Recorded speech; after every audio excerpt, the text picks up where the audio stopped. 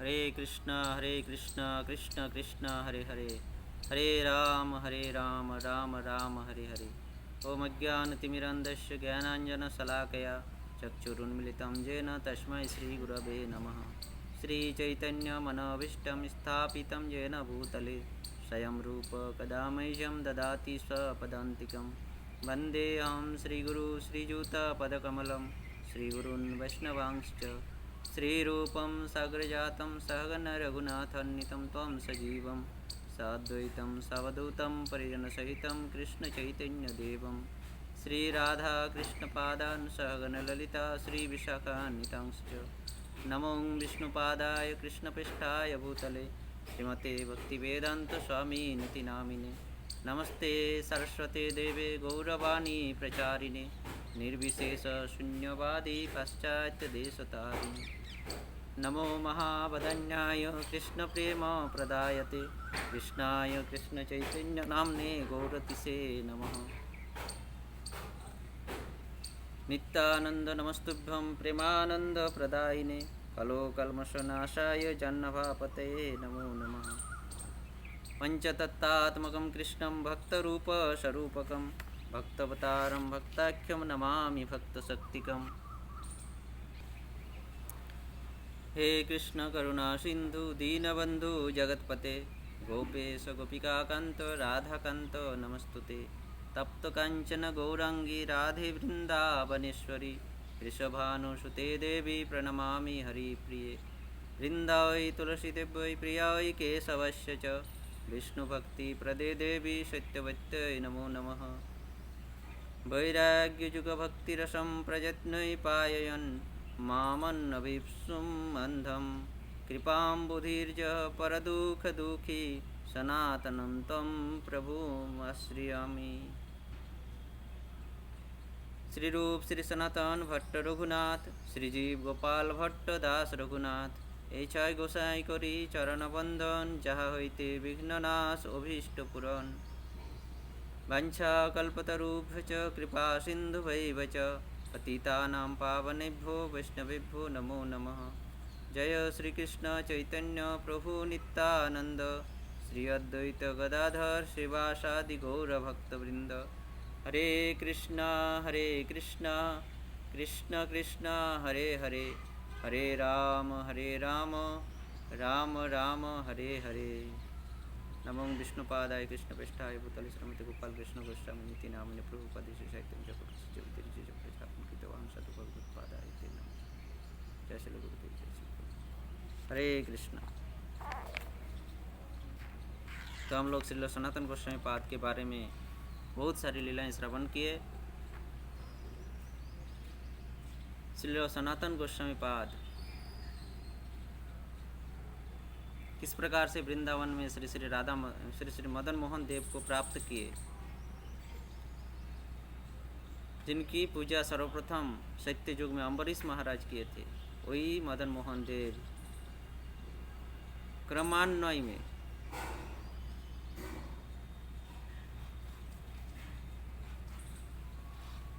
पहुँचते पहुँचते मथुरा से वृंदावन में आकर वृंदावन के वन में द्वादश आदित्य टीला में आकर पहुँचते हैं। तो हम लोग आगे श्रवण किए हैं किस प्रकार मदन मोहन को प्राप्त किए सनातन गोस्वामी पाद। ये मदन मोहन मदन गोपाल के रूप में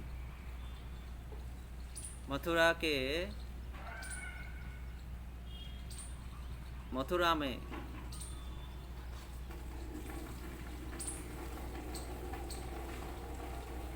विराजमान थे। मथुरा में एक गृह में सेवा ले रहे थे।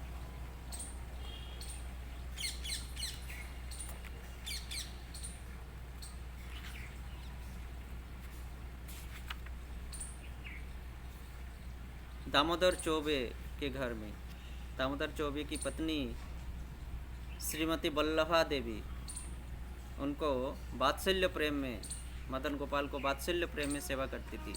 वह अपने बालकों को जिस प्रकार से लालन पालन करती थी, मदन गोपाल की भी सेवा उसी प्रकार से करती थी। अपने सारे बालकों के साथ, बच्चों के साथ और मदन गोपाल को भी भोजन करने के लिए देती थी। मदन गोपाल भी बहुत खुश से उन बालकों के साथ भोजन करते थे। बालक जिस प्रकार भोजन करते करते एक दूसरे से लड़ते झगड़ते हैं, उसी प्रकार मदन गोपाल भी उन बालकों के साथ लड़ते झगड़ते थे। बाल्य भाव से, बाल्य रूप से और माता वल्लभा देवी की वात्सल्यता भाव को स्वीकार करते हुए मदन गोपाल यहाँ पर बालक के रूप में सेवा ग्रहण कर रहे हैं। उन बालकों के साथ खेला करते थे। सनातन गोस्वामी पाद जब माधुकरी करने के लिए मथुरा आते थे तो मदन गोपाल की इन लीलाओं को देखकर आश्चर्यचकित हो जाते थे। बाद में स्वयं मदन गोपाल की इच्छा हुई वृंदावन के वन में आकर रहने की, इसलिए उन्होंने सनातन गोस्वामी पाद को स्वप्न में निर्देश दिए कि मुझे यहाँ से वृंदावन के वन में लेकर चलो। सनातन गोस्वामी पाद दामोदर चौबे की स्त्री वल्लभा देवी से भिक्षा प्रार्थना किए मदन गोपाल को देने के लिए। मदन गोपाल सनातन गोस्वामी को स्वप्न देने के बाद वल्लभा देवी को भी स्वप्न में कही थी कि वृंदावन से आने वाले वो माधुकरी करने के लिए जो साधु आते हैं उनके हाथ मुझे समर्पण कर देना। मुझे वृंदावन के वन में रहने की इच्छा हो रही है। कष्ट हुई थी वल्लभा देवी को, फिर भी सनातन गोस्वामी पाद को स्वयं मदन गोपाल की इच्छा, भगवान की इच्छा मानकर सनातन गोस्वामी पाद को समर्पण किए थे। सनातन गोस्वामी पाद मदन गोपाल, वही मदन गोपाल को लाकर दामोदर चौबे के घर से मदन गोपाल वही मदन मोहन दोनों एक ही है। बाल गोपाल के रूप में यहाँ वात्सल्य भाव को स्वीकार करके गोपाल के रूप में यहाँ सेवा ग्रहण कर रहे थे।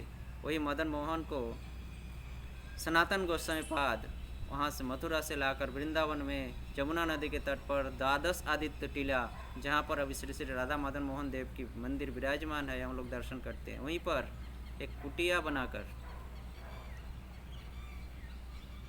श्री श्री मदन मोहन देव को प्रतिस्थापन करके उनकी सेवा शुरू किए थे। सर्वप्रथम सनातन गोस्वामी पाद इस द्वादश आदित्य टीला में पर्ण कुटिया निर्माण करके सेवा शुरू किए थे। बाद में हम लोग श्रवण किए हैं किस प्रकार से एक सौदागर, पंजाब के एक सौदागर यानी वाणिज्यिक व्यापारी, वो नाव लेकर जब मथुरा आ रहे थे, जमुना नदी के तट पर अटक गए थे।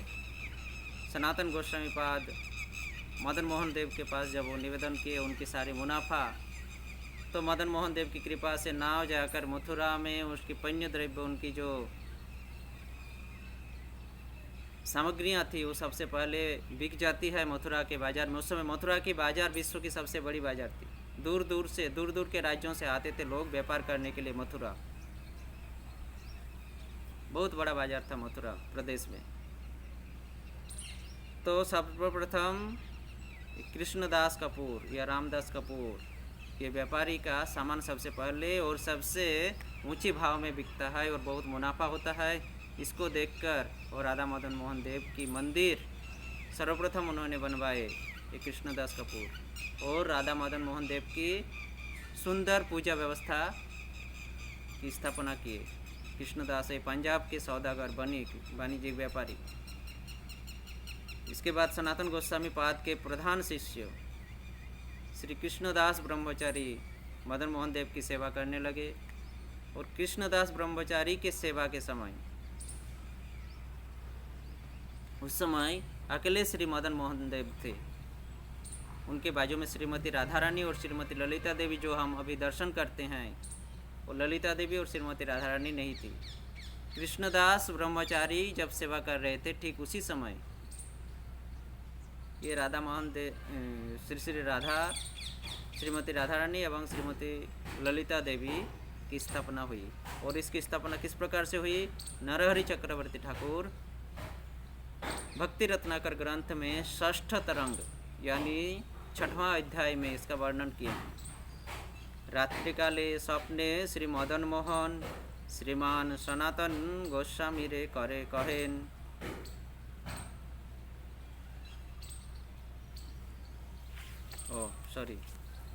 तो षष्ठ तरंग षष्ठ अध्याय में भक्ति रत्नाकर में वर्णन है महाराज श्री प्रताप रुद्रेर कुमार पुरुषोत्तम जाना नाम सर्वांग से सुंदर।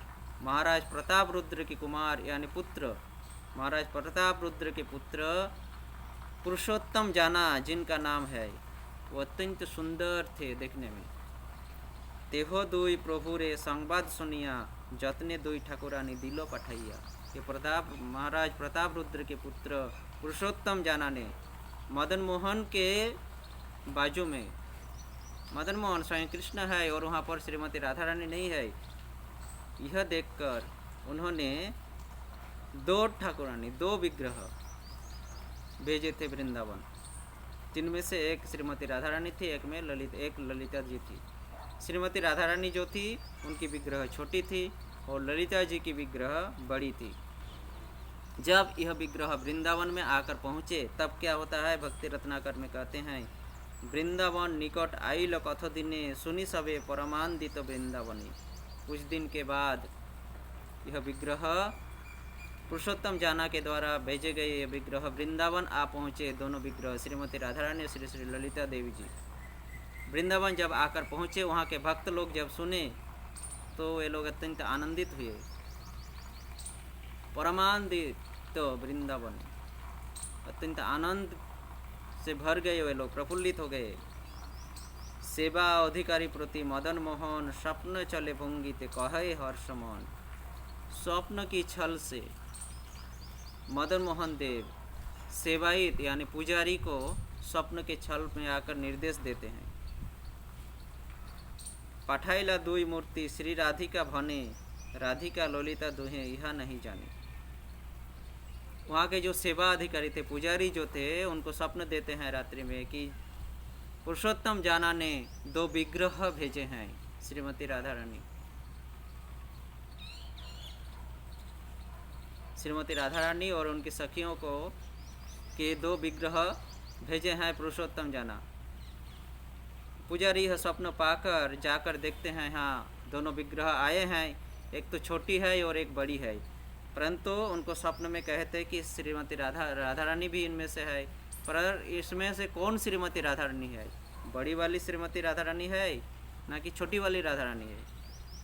राधिका ललिता दोहे यह नहीं जाने। कौन सी राधिका है, कौन सी ललिता है, दोनों में से उनको पता नहीं, इसलिए वो फिर से लौट जाते हैं।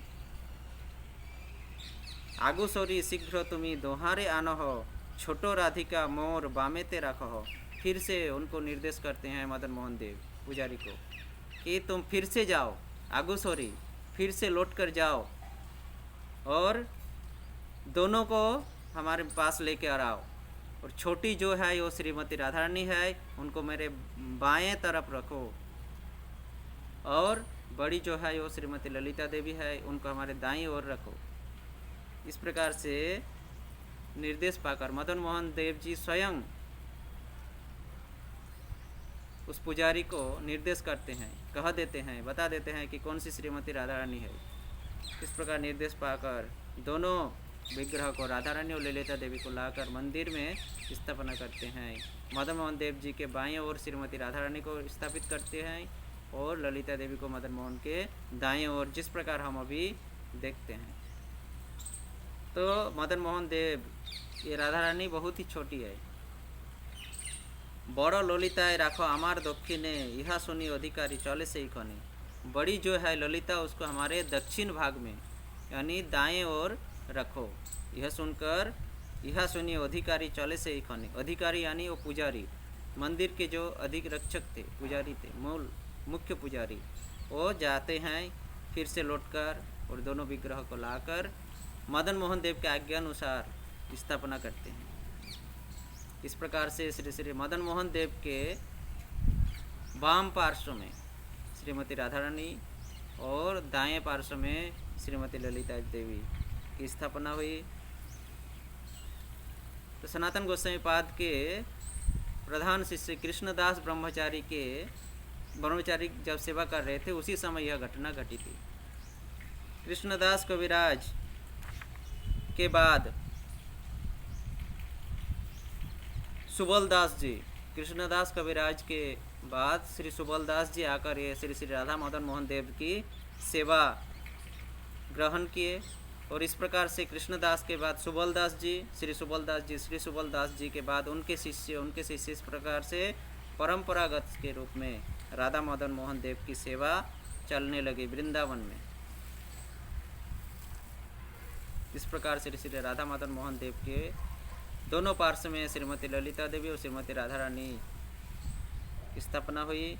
वंश परंपरा क्रम में सनातन गोस्वामी पाद के शिष्य परंपरागत में यह सेवा पूजा चलती रही। तो अभी हम देखते हैं कि वह मदन मोहन देव, श्री श्री राधा मदन मोहन देव अभी राजस्थान में विराजमान है, करौली नामक स्थान में, राजस्थान के करौली नामक स्थान में। तो यह राधा मदन मोहन देव किस प्रकार से करौली आए, इसका वर्णन शास्त्र में इसका वर्णन है। इसका वर्णन दो प्रकार से मिलता है, और ये दोनों वर्णन जो है, दोनों वर्णन एक दूसरे से थोड़ा अलग है, अब भिन्न है, एक दूसरे से थोड़ा भिन्न है, अलग है। तो इतिहास के अनुसार मुसलमान राजत्व काल यानी मुगल साम्राज्य 1523 ख्रीष्टाब्द से मुगल साम्राज्य शुरू हुआ था। इतिहास के अनुसार 1523 ख्रीष्टाब्द से यह मुगल साम्राज्य शुरू हुआ। तो ये मुगल साम्राज्य के समय ही 1523 ख्रीष्टाब्द से मुगल का पहला राजा कौन बने? बाबर, अकबर, हुमायूं, शाहजहां, इस प्रकार से पहला राजा मुगल साम्राज्य का पहला राजा, मुगल सम्राट का पहला राजा थे बाबर। तो 1523 ख्रीष्टाब्द में सर्वप्रथम राजा बने मुगल के बाबर, और ये बाबर के राजत्व काल में ही सर्वप्रथम मदन मोहन देव की मंदिर वृंदावन में स्थापना किए थे कृष्णदास कपूर या रामदास कपूर, वो व्यापारी, पंजाब के व्यापारी। उस समय ये बाबर का राजत्व काल चलता था।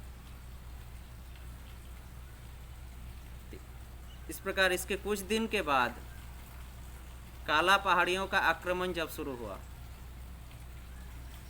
जब काला पहाड़ी हिंदू के मंदिरों को विध्वंस कर रहे थे, उस समय जयपुर के राजा सवाई जय सिंह जी वृंदावन के इन विग्रहों के ऊपर अत्याचार ना हो, इसके लिए ये काला पहाड़ी तो सभी मंदिरों को ध्वंस कर रहे थे, मंदिर के विग्रहों को विध्वंस कर रहे थे। इसलिए सवाई जय सिंह देखे कि ये राधा मदन मोहन देव के विग्रह के प्रति कुछ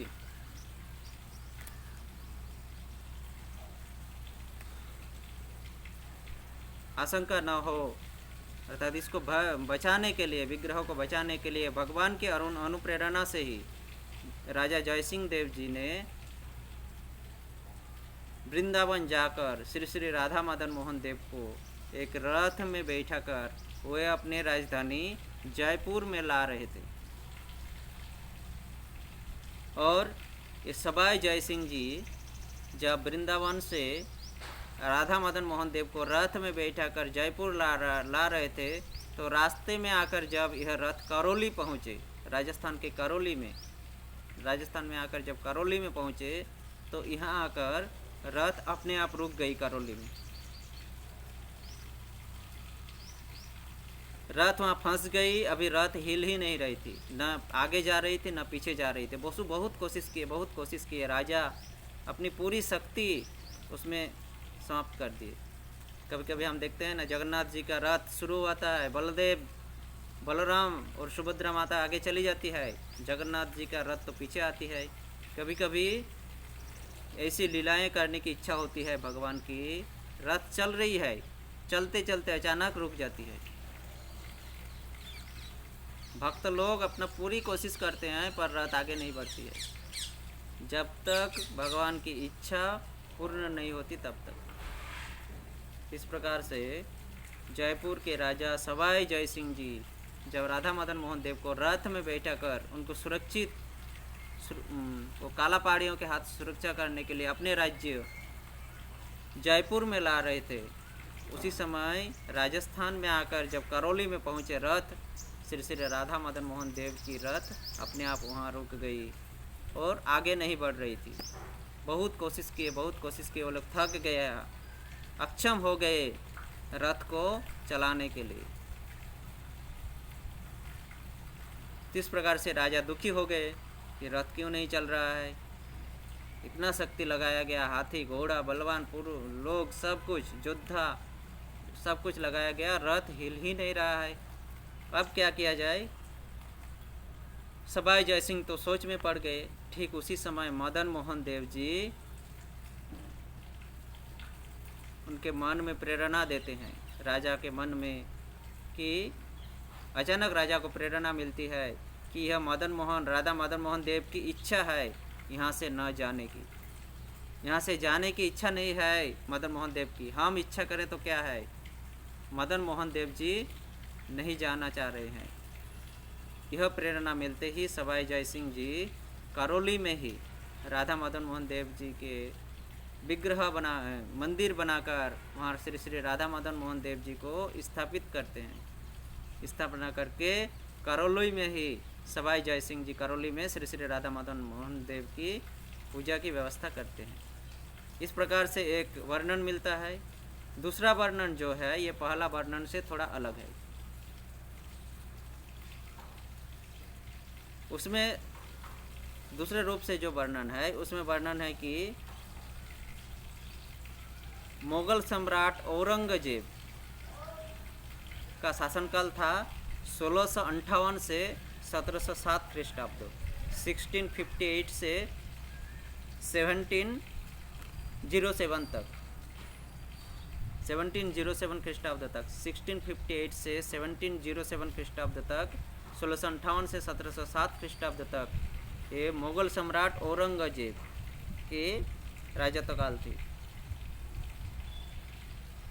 तो 1658 से 1707, तो ये औरंगजेब 1680 ख्रीष्टाब्द में घोषणा किए थे कि सारे हिंदू मंदिरों को और विग्रहों को विध्वंस कर दिया जाए। कौन? औरंगजेब ध्वंस कर रहे थे। वहाँ पर काला पहाड़ी का वर्णन है। काला पहाड़ी मतलब ये औरंगजेब के सैनिक वगैरह होगा, जो भी हो। यहाँ कह रहे हैं 1680 ख्रीष्टाब्द में औरंगजेब का राजत्व काल उस समय चल रहा था। 1658 से 1707 तक औरंगजेब अपना राज्य चलाया था। तो 1680 ख्रीष्टाब्द में औरंगजेब ने सारे मंदिरों को तोड़ने की, विग्रहों को तोड़ने की, ध्वंस करने की आज्ञा प्रदान की। इस प्रकार से उनके लोग जब सारे हिंदू मंदिरों को तोड़ते हुए आ रहे थे, ये जयपुर, राजस्थान के जयपुर के राजा सवाई जयसिंह देखें कि अभी वृंदावन वे लोग आने वाले हैं, तो श्री श्री राधा मदन मोहन देव के ऊपर भी अत्याचार होगा। तो इसलिए ये जयपुर के राजा द्वितीय सवाई जयसिंह जी, जयपुर के राजा जयसिंह थे। जयसिंह राजा के बाद द्वितीय सवाई जयसिंह, ये सवाई जयसिंह के राजत्व काल में, जिनका राजत्व काल था 1700 से 1743, ये द्वितीय सवाई जयसिंह जब है राजत्व शुरू किए, अपना राजस्थान में अपना राजत्व शुरू किए 1700 ख्रीष्टाब्द से 1743 ख्रीष्टाब्द तक। तो 17 से 1743 ख्रीष्टाब्द में जब उनका राजत्व काल चल रहा था, तो 1680 ख्रीष्टाब्द में औरंगजेब निर्देश दिए थे सारे मंदिरों को तोड़ने के लिए। निर्देश पाते ही 1680 ख्रीष्टाब्द से वे लोग संपूर्ण भारत में हिंदू मंदिरों को तोड़ तोड़कर वे लोग धीरे धीरे बढ़ रहे थे वृंदावन की ओर। इस प्रकार से औरंगजेब 20-22 साल तक अपना यह प्रलय मचा के रखा था। सारे हिंदू मंदिरों को तोड़ देना, विग्रहों को तोड़ देना, 20-22 साल तक इस प्रकार से अत्याचार किए थे।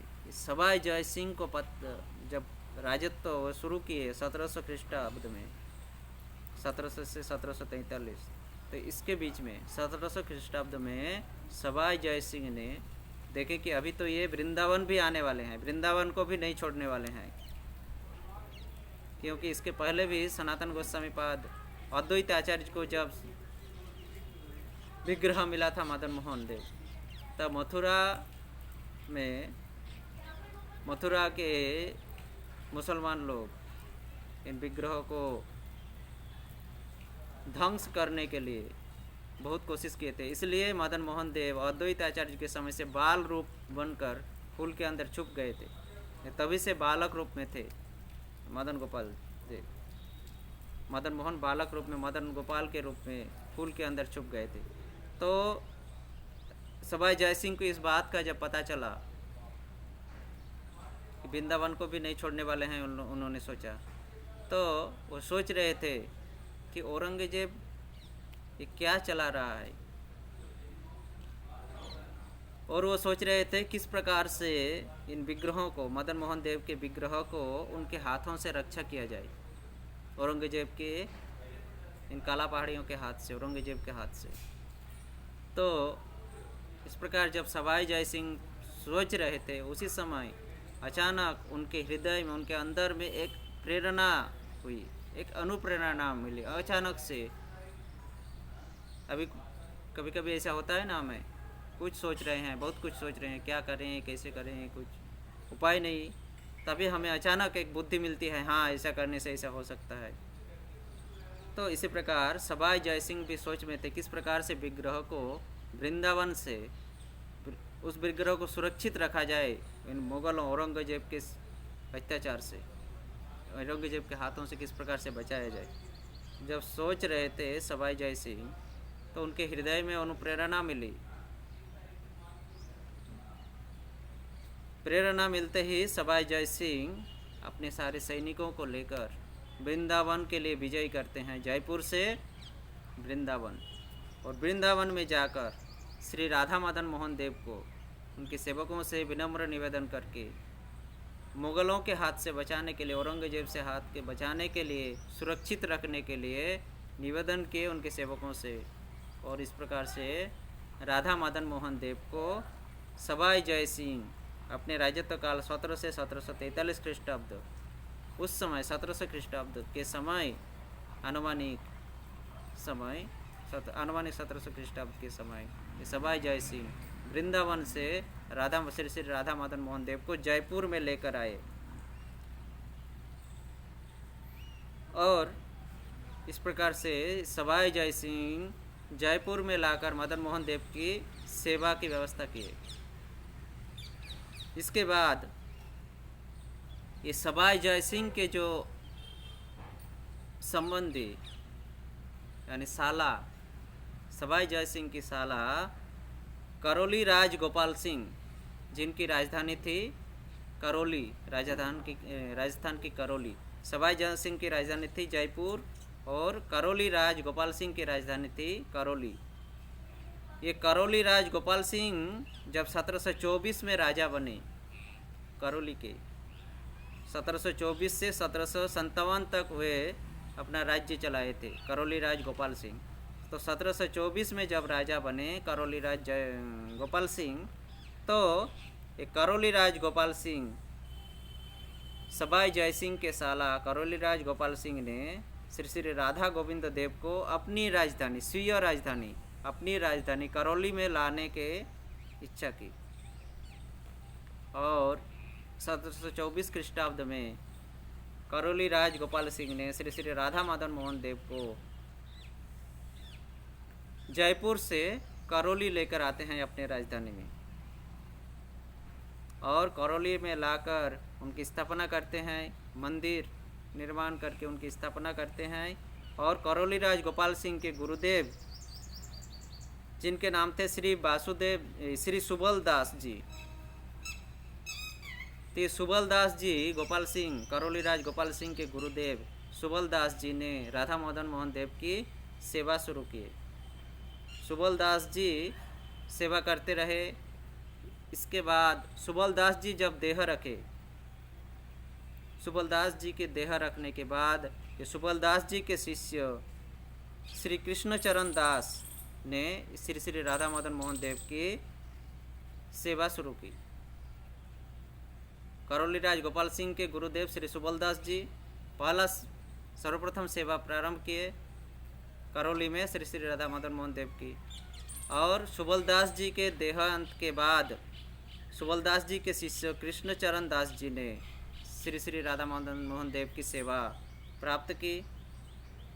इस प्रकार से इनके वंश परंपरा से सुबलदास जी, कृष्णदास जी, कृष्णचरण दास जी, सुबलदास जी, कृष्णचरण दास जी, कृष्णचरण दास जी के शिष्य, इस प्रकार से इनके शिष्य परंपरा से आज तक करौली में श्री श्री राधा मदन मोहन देव विराजमान रहकर सेवा ग्रहण कर रहे हैं और करौली में सभी को दर्शन प्रदान करके सबको कृपा कटाक्ष प्रदान कर रहे हैं यह राधा मदन मोहन देव जी। किस प्रकार से राधा मदन मोहन देव वृंदावन से किस प्रकार से राजस्थान करौली पहुँचे, इसके विषय में दो प्रकार के वर्णना मिलते हैं। हालांकि ये दोनों वर्णना एक दूसरे से थोड़ा अलग है, परंतु हमें यह ठान लेना चाहिए कि भगवान की प्रेरणा से भगवान अपनों को सुरक्षा रखने के लिए अपने भक्तों के प्रति, अपने सेवकों के प्रति इस प्रकार की प्रेरणा जागृत करते हैं, इस प्रकार की प्रेरणा देते हैं, अनुसूचना देते हैं, जिससे भक्त लोग उनको सुरक्षित रूप से सुरक्षित जगह में रखकर उनकी सेवा करते हैं भगवान की। ये भगवान के इच्छा अनुसार ही होते हैं। इस प्रकार से श्री श्री राधा मदन मोहन देव मुगल के हाथ से बचने के लिए वृंदावन से, जो उनकी लीला स्थली क्रीड़ा स्थली है, वृंदावन से राजस्थान में आकर करौली में आकर श्री श्री राधा मदन मोहन देव जी आज भी करौली में विराजमान है, हमें दर्शन प्रदान कर रहे हैं और हम जैसे पाखंडियों को कृपा कटाक्ष प्रदान करने के लिए वहाँ विराजमान है। तो हम पापियों का कर्तव्य है इस करौली धाम में गमन करके, जो कि अभिन्न वृंदावन है, द्वितीय वृंदावन, गुप्त वृंदावन, राजस्थान को गुप्त वृंदावन, जयपुर करौली को गुप्त वृंदावन कहा जाता है। गुप्त वृंदावन में हमें जाना चाहिए, वहाँ भगवान की कृपा कटाक्ष को प्राप्त करना चाहिए। इस प्रकार से अभी भी राधा मदन मोहन देव जी वहाँ विराजमान है। इस प्रकार से हम देखें राधा मदन मोहन देव किस प्रकार से करौली राजस्थान आए वृंदावन से। सनातन गोस्वामी पाद के प्राप्त श्री श्री राधा मदन मोहन देव अभी राजस्थान करौली में विराजमान है। सनातन गोस्वामी पाद के बहुत सारे शिष्य थे, अनेकों शिष्य थे, जिनमें से सबसे प्रधान शिष्य थे कृष्णदास ब्रह्मचारी। और यह कृष्णदास ब्रह्मचारी सनातन गोस्वामी का सबसे पहला शिष्य, प्रधान शिष्य और श्री श्री राधा मदन मोहन देव जी का पहला सेवक, सनातन गोस्वामी के बाद पहला सेवक श्री श्री राधा मदन मोहन देव का।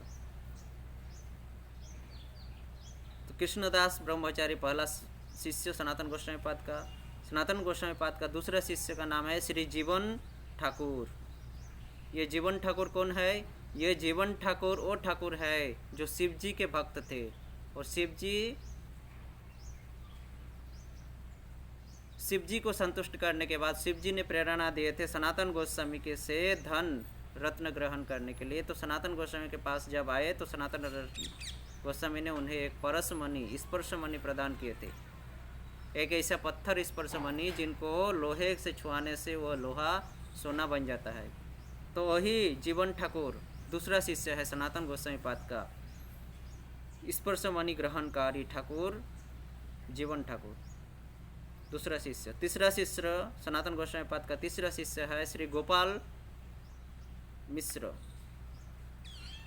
यह गोपाल मिश्र सनातन गोस्वामी के पूर्वजों का पुरोहित था। जब सनातन गोस्वामी पाद वृंदावन आ गए सब कुछ छोड़कर, तो यह पुरोहित श्री गोपाल मिश्र भी वृंदावन में आकर सनातन गोस्वामी पाद से दीक्षा ग्रहण किए थे। तो तीसरा शिष्य है उनके पूर्व काल सनातन गोस्वामी का पूर्व पुरोहित मतलब कुलीन ब्राह्मण।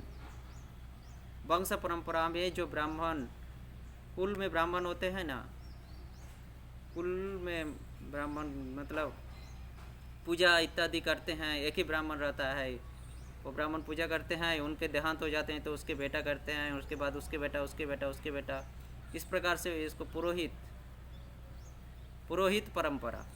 तो ये गोपाल मिश्र भी सनातन गोस्वामी के पूर्वजों के पुरोहित परंपरा थे। गोपाल मिश्र बाद में सनातन गोस्वामी से ही दीक्षा प्राप्त किए थे, अपने ही जजमान से। सनातन गोस्वामी जजमान है, वो पुरोहित है, तो ये जजमान है सनातन गोस्वामी, तो ये पुरोहित जजमान से ही परवर्ती में दीक्षा लिए थे गोपाल मिश्र। सनातन गोस्वामी का तीसरा शिष्य है। चौथा शिष्य सनातन गोस्वामी के नाम है श्री अच्युत दास, उड़ीसा के प्रसिद्ध भक्त कवि, उड़ीसा के सबसे प्रसिद्ध भक्त कवि है ये अच्युत दास। ये भी सनातन गोस्वामी पाद के श्री चरणों में आकर अपने आप को समर्पण किए थे, दीक्षा ग्रहण किए थे। पांचवा शिष्य है श्री कृष्णदास कपूर या रामदास कपूर। ये कौन है? पंजाब के सौदागर, वाणिज्यिक व्यापारी। यह व्यापारी सर्वप्रथम राधा मदन मोहन देव की मंदिर की स्थापना किए थे वृंदावन में, दादा सादित्य टीला में, और उनकी सेवा पूजा की व्यवस्था किए थे। सर्वप्रथम मंदिर निर्माता यह कृष्णदास कपूर या रामदास कपूर सनातन गोस्वामी पाद का पांचवा शिष्य है। श्रील सनातन गोस्वामी पाद का छठवां शिष्य है श्री सूरदास मदन मोहन या सूरध्वज। सूरध्वज, सूरदास मदन मोहन या सूरध्वज के नाम से भी जाना जाता है, सूरदास मदन मोहन के नाम से भी जाना जाता है। सनातन गोस्वामी पाद के छठवां शिष्य ये सूरदास मदन मोहन या सूरध्वज, जब अकबर का राज्य चल रहा था, सम्राट अकबर, मुगल सम्राट अकबर का राज्य चल रहा था, तो ये संडिल के रहने वाले थे सूरदास मदन मोहन, और वे अत्यंत सुबादार थे, यानी बहुत अच्छे थे, गाते थे और बजाते थे। तो ये अकबर के राज्यसभा में गाते थे, बजाते थे। तो सूरदास संडिल के रहने वाले थे, और संडिल में प्रसिद्ध था गुड़। संडिल गुड़ के लिए बहुत प्रसिद्ध था, इसलिए उन्होंने देखा कि यहाँ के गुड़ बहुत प्रसिद्ध है, इसलिए सूरदास मदन मोहन या सूरध्वज ने एक बैलगाड़ी भर्ती करके बैलगाड़ी लदाकर गुड़ मदन मोहन की सेवा के लिए वृंदावन भेजे थे, संडिल से वृंदावन भेजे थे। तो यह गुड़ से भरी हुई बैलगाड़ी जब वृंदावन आकर पहुँचे आधी रात में, तब श्री श्री मदन मोहन देव उनके मुख्य सेवा अधिकारी को स्वप्न देते हैं कि सनातन गोस्वामी की शिष्य सूरदास मदन मोहन संडिल से एक गाड़ी गुड़ भेजे हैं, और वह गुड़ की गाड़ी अभी वृंदावन आ पहुंची है, तो आप लोग उठकर उस गुड़ से मालपुआ बनाकर मुझे भोजन कराओ। आधी रात में मदन मोहन देव बोल रहे हैं मुझे मालपुआ खाना है, वो गाड़ी आया है गुड़ का, उस गुड़ लेकर मालपुआ बना के हमें अभी भोजन कराओ। पुजारी लोग उसी समय आधी रात में निर्देश पाते ही जाकर देखते हैं एक गाड़ी गुड़ मंदिर के बाहर खड़े हैं। पहले गाड़ी से गुड़ लेकर फिर उसी रात में मालपुआ बनाकर श्री राधा मदन मोहन देव को अर्पण करते हैं, भोग लगाते हैं, और इस प्रकार से मालपुआ आधी रात में मालपुआ भोजन किए थे मदन मोहन देव जी। अपने भक्त के प्रति इतना वात्सल्यता है। इससे हमें यह पता चलता है कि हम भगवान को अगर भक्ति भाव से कुछ अर्पण करते हैं तो वो उसको निश्चित रूप से ग्रहण करते हैं। हमारा भाव अच्छा रहना चाहिए। गीता में भी कहे हैं अगर कोई भक्त मुझे भक्ति भाव से एक पत्र अर्पण करता है, थोड़ा जल अर्पण करता है, थोड़ा फल अर्पण करता है, थोड़ा फूल अर्पण करता है, तो मैं उस भक्त के भक्ति भाव से अर्पण किया गया किसी भी वस्तु को मैं ग्रहण कर सकता हूँ। वो किसी भी वस्तु में क्या है? पत्रम पुष्पम फलम तुयम, पत्र पुष्प फल और जल। पत्र में कौन पत्र है? तुलसी पत्र। अगर भक्ति भाव से हम भगवान को एक तुलसी पत्र अर्पण करेंगे तो वो वही संतुष्ट रूप से ग्रहण करेंगे, पर हमारा भाव होना चाहिए। थोड़ा जल प्रदान करेंगे भाव से तो उनको ग्रहण करेंगे। फल भाव से देंगे तो ग्रहण करेंगे। चाहे एक फल दें, एक टुकड़ा दें, भाव से दें तो ग्रहण करें। एक फूल उनके चरणों में अर्पण करें भाव से तो ग्रहण करते हैं। इसलिए हमें जो कुछ भी भगवान को निवेदन करना है, अपना भाव को अच्छा रखना चाहिए। भाव जैसा, भावग्राही जगन्नाथ। भाव हमारा जिस प्रकार होगा, जगन्नाथ उसको उसी प्रकार से ग्रहण करेंगे। ये संडेल से गुड़ आधी रात में पहुँचे तो ये सूरदास मदन मोहन के भाव इतना अच्छा था कि आधी रात में मदन मोहन देव उस गुड़ से बनाया हुआ मालपुआ खाने की इच्छा व्यक्त की। और खाए भी थे, पुजारी लोग उनको बनाए, आधी रात में बनाकर खिलाए थे। और फिर बाद में सूरदास मदन मोहन के लिए भी एक प्लेट प्रसाद भिजवा दिए थे पुजारी लोग। सिर्फ यही नहीं, अकबर के राजत्व काल में जब ये सूरदास मदन मोहन जब उनके राजसभा में गाते थे, बजाते थे, उस समय वृंदावन के साधु वैष्णवों की सेवा के लिए उन्होंने 13 लाख रुपया ये अकबर के राजसभा से अदा करके 13 लाख रुपया एक संदूक के भीतर पैक करके, संदूक के भीतर डालकर पूरे संदूक को पत्थर में भर दिए थे सुरक्षा रखने के लिए। 13 लाख रुपया अकबर के राजसभा से अदा किए थे। हमें अभी 1 रुपया अदा करने में दिक्कत होता है। और ये सूरदास मदन मोहन अकबर के राजत्व काल में, अकबर के राजसभा से, मुसलमान शासक अकबर के राजसभा में 13 लाख रुपये, उस समय की 13 लाख रुपया अदा किए थे और उसको संदूक में भरकर संदूक को पूरी पत्थर से भर दिए थे। और इस प्रकार संदूक को वृंदावन तक सुरक्षित लाकर सनातन गोस्वामी के श्री चरणों में 13 लाख रुपये को अर्पण किए थे साधु वैष्णवों की सेवा के लिए।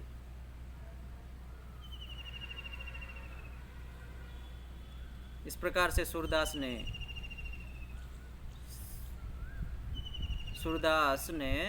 13 लाख रुपया प्रदान किए और उसी दिन से सनातन गोस्वामी के चरण में आश्रय ले लिए, शिष्य बन गए, दीक्षा लिए।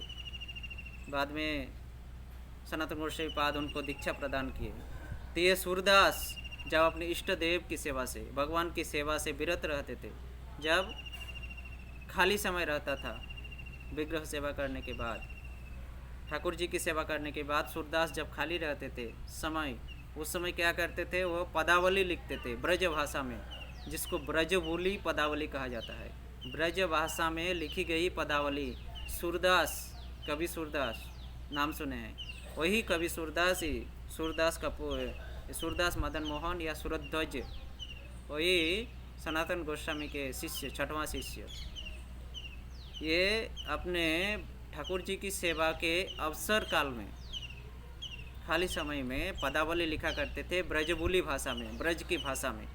और यह 105 पदों में, ये ब्रजबोली भाषा में इन पदों को लिखे थे। पदावली कीर्तन ब्रजबोली भाषा में सूरदास जी लिखे थे। 105 पद, अलग अलग पद होता है, तो ब्रज भाषा के 105 पदों में पदावली लिखे थे सूरदास जी ने। और अभी भी ये सूरदास के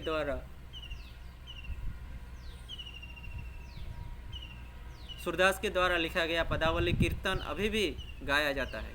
सिर्फ ब्रजमंडल, सिर्फ ब्रजधाम में नहीं, यह ब्रजबोली भाषा में लिखे थे इसलिए ब्रज में गाया जाता है, ऐसा नहीं, गौड़ देश में भी इसको आज तक गाते हैं, कीर्तन करते हैं। सूरदास की पदावली, चंडीदास की पदावली,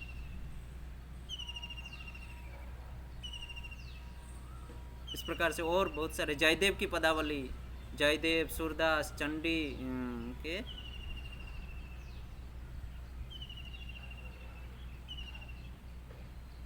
इन सब का पदावली आज तक भी गाया जाता है। तो ये लोग सब शुद्ध भक्त थे। ये लोग अपने अंतर हृदय में प्रेरणा मिलता था इन लोगों को, भगवान प्रेरणा देते थे और उस प्रेरणा को उस प्रेरणा के अनुसार वे लोग पद लिखते थे। इसलिए अभी भी इन लोगों का पद अभी भी प्रचलित है, अभी भी गाते हैं। विद्यापति, चंडीदास, जयदेव, सूरदास, ये सब प्रामाणिक पदावली है, ये सब गाया जाता है। चैतन्य महाप्रभु भी चंडीदास की पदावली, जयदेव की पदावली, बिल्वमंगल चिंतामणि ठाकुर की पदावली, विद्यापति की पदावली श्रवण करते थे। राय रामानंद श्रवण कराते थे इन पदावलियों को गाकर। विद्यापति, चंडीदास, जयदेव, बिल्वमंगल, इन सब के पदावली को ये सब प्रामाणिक पद्य रचनाकार थे,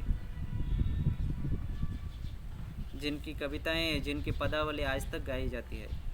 इस प्रकार से सूरदास 105 पदों में ब्रज भाषा में पदावली रचना किए थे, जिनके गान अभी तक किया जाता है। सिर्फ ब्रजमंडल, ब्रजभूमि में नहीं, गौड़ देश आदि जैसे देशों में भी इन गानों का कीर्तन किया जाता है। किस प्रकार से हम लोग, मदन मोहन जी किस प्रकार से वृंदावन से करौली आकर पहुँचे, राजस्थान में आकर पहुँचे, और अभी तक वो करौली में विराजमान है, हमें दर्शन प्रदान कर रहे हैं, हमें कृपा कटाक्ष प्रदान कर रहे हैं। हमारा कर्तव्य है राधा मदन मोहन जी के श्री चरणों में जाकर आश्रय लेकर उनसे प्रार्थना, उनकी कृपा कटाक्ष को प्राप्त करना। इस प्रकार से श्री श्री राधा मदन मोहन देव जी अभी करौली में विराजमान है, जिनका वर्णन हम लोग श्रवण किए। सनातन गोस्वामी पाद के कुछ मुख्य शिष्यों का नाम हम लोग श्रवण किए। इस प्रकार से सनातन गोस्वामी को और भी भिन्न भिन्न लीलाएँ हैं, मधुर मधुर लीलाएँ हैं, जिनको हम लोग आगे और श्रवण करेंगे। तो आज की इस प्रसंग को हम लोग यहीं पर विराम देते हैं। अगर इसमें कुछ भूल दोष त्रुटि हो तो सभी वैष्णवों से हम करजोड़ प्रार्थना करते हैं, वह हमें अपना मानकर क्षमा करें। हरे कृष्ण। वंचा कल्पतरुभ्यश्च कृपा सिन्धुभ्यैव च पतितानां पावनेभ्यो वैष्णवेभ्यो नमो नमः। जय श्री कृष्ण चैतन्य प्रभु नित्यानंद श्री अद्वैत गदाधर श्रीवासादि गौर भक्तवृंद। हरे कृष्ण कृष्ण कृष्ण हरे हरे, हरे राम राम राम हरे हरे। श्री श्री राधा मदन मोहन देव की जय, श्री सनातन गोस्वामी पाद की जय, श्री प्रभुपाद की जय, निताय गौर प्रेमानंदे हरि हरि बोल। हरे कृष्ण।